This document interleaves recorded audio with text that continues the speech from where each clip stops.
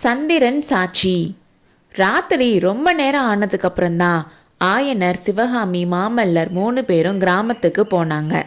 நாவுக்கரசர் மடத்துக்கிட்ட போனப்போ வாசல்ல பெரிய கூட்டம் நிற்கிறத பார்த்தாங்க. நிலா வெளிச்சத்தில் அந்த கூட்டத்தில் இருக்கிறவங்களோட கையில் கத்திகளும் கேடயங்களும் வாள்களும் மின்னுறத பார்க்க முடிஞ்சிச்சு.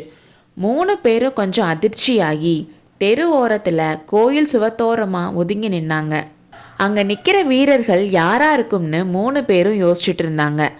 அன்னைக்கு காலையில் அடுத்து என்ன பண்ணலாம்னு குண்டோதரனுக்கும் மாமல்லருக்கும் ஒரு குட்டி வாக்குவாதம் ஆச்சு.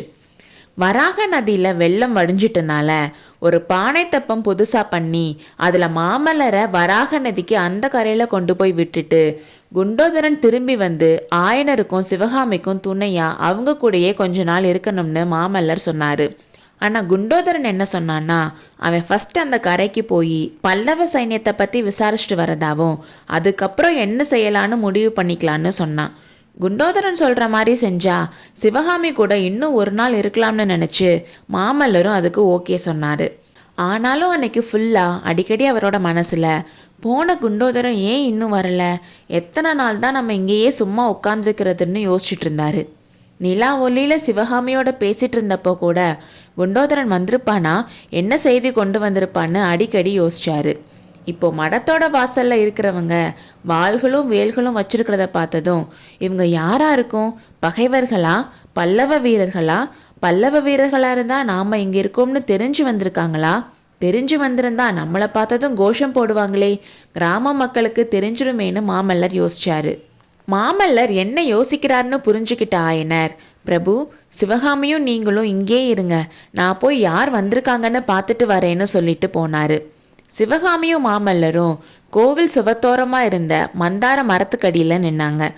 கூட்டத்தில் இருந்து வந்த சத்தத்தை மாமல்லர் கவனமாக கேட்டார். நிறைய பேச்சு குரல்களுக்கு நடுவில் கணீர்னு பரஞ்சோதியோட குரல் கேட்டுச்சு. அதுக்கு கிராம மக்கள் ஒரே டைமில் பதில் சொல்கிறாங்க.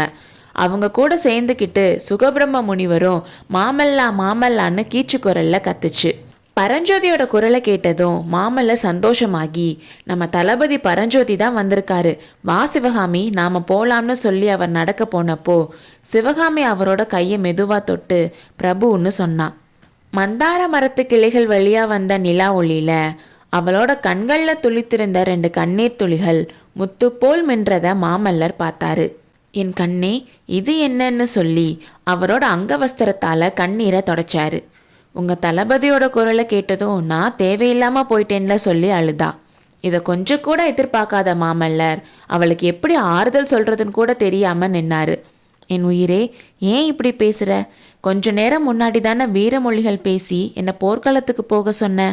போக போகிற நேரத்தில் இப்படி நீ அழுதா நான் என்ன தைரியத்தில் போவேன்னு சொல்லி சிவகாமியோட நாடியை பிடிச்சி நிமித்தி பார்த்தாரு. அவரோட கையை நாடியிலேருந்து எடுத்து அவளோட கண்களில் வச்சுட்டு அவர் கையை கண்ணீரால் நினச்சிக்கிட்டே, ஏன்னு தெரியலை, எனக்கு பயமாகவே இருக்குது, என் வாழ்நாளோட சந்தோஷமெல்லாம் இன்னையோட முடிஞ்ச மாதிரி தோணுது எனக்கு. பிரபு, என்னை மறக்க மாட்டீங்கல்ல? போர்க்களத்தில் யானை மேலே உட்காந்து பகைவர்களை துவம்சம் செய்கிறப்பவும் சக்கரவர்த்தி ஆகி சிம்மாசனத்தில் உட்காந்துருக்கும் போதும் என்னை மறக்க மாட்டீங்களன்னு கேட்டா. மாமல்லர் வானமாகிய கடல்ல மிதந்துட்டு இருந்த நிலாவை காட்டி, அதோ அந்த சந்திரன் சாட்சியா சொல்கிறேன் கேள், இந்த ஜென்மத்தில் நான் உன்னை மறக்க மாட்டேன்னு சொல்கிறதுல எந்த அர்த்தமும் இல்லை. ஏன்னா நான் மறக்க நினச்சாலும் அது என்னால் முடியாத காரியம். உன் மனசில் தேவையில்லாத பயம் வர்றதுக்கு ஏதாச்சும் காரணம் இருக்குன்னா அது ஒரே ஒரு காரணத்துக்கு தான் இருக்கணும். ஒருவேளை நான் போர்க்களத்தில் வீர மரணம் அடைவேன்னு, ஐயோ அப்படி சொல்லாதீங்க, ஒரு நாளும் அப்படி நடக்காதுன்னு அழுதுகிட்டே சத்தமாக சொன்னான். அப்போ அப்படி நடக்கலைன்னா நான் உன்னை மறப்பேன்ற பேச்சுக்கே இடமில்லை. யுத்தமெல்லாம் முடிஞ்சு இந்த பெரிய ராஜ்யத்துக்கு சக்கரவர்த்தியாகி சிம்மாசனத்தில் உட்காந்துருக்கும்போது நீயும் என் பக்கத்தில் தான் உட்காந்துருப்ப. ஆனால் போர்க்களத்துக்கு போகிறப்போ வெற்றி இல்லைன்னா வீர மரணத்தை எதிர்பார்த்து தான் போகணும். நான் போர்க்களத்தில் செத்தாலும் நீ எதுக்கு கவலைப்படணும்? நம்மளோட காதல் இந்த ஒரு பொறப்போட முடிஞ்சிருச்சா என்ன? கிடையவே கிடையாது. போர்க்களத்தில் உயிர் போகிறப்போ எனக்கு ஞாபகம் இருந்தா நான் சிவபெருமான் கிட்ட இந்த புண்ணிய பாரத பூமியில் மறுபடியும் வந்து பிறக்கிற வரம் தாங்கன்னு கேட்பேன். அப்படி இந்த தமிழகத்தில் பிறந்து ஊர் ஊராக அலைவேன். போன ஜென்மத்தில் நான் காதலிச்ச பெண்ணை தேடி அலைவேன். இந்த மாதிரி கார்த்திகை மாசத்து நிலா ஒளியில உன்னை மறுபடியும் பார்ப்பேன். பார்த்த உடனே நீதான்னு தெரிஞ்சுப்பேன். இவள்தான் என்னோட சிவகாமி. ஜென்ம ஜென்மங்களுக்கு என் உயிரில கலந்தவ இவதான்னு தெரிஞ்சுக்குவேன். சிவகாமி, இந்த வாக்குறுதி போதுமா? திருப்தி அடைஞ்சிட்டியான்னு கேட்டாரு. மாமல்லரோட இந்த வார்த்தைகளை கேட்டு சிவகாமிக்கு சந்தோஷத்துல புல்லரிச்சு போயிருச்சு.